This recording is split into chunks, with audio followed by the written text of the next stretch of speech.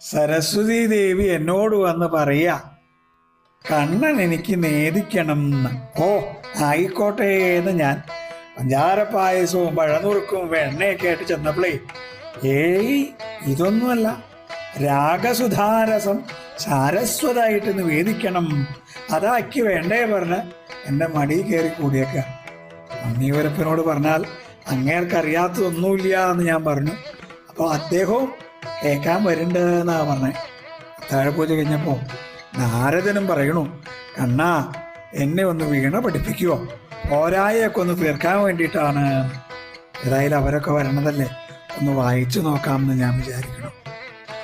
ചതുഷ്ഷഷ്ടി കലകളിലും മഹാനടനായ പൊന്നു ഗുരുവായൂരപ്പനുണ്ടോ വീണ വായിക്കാനൊരു വിഷമം.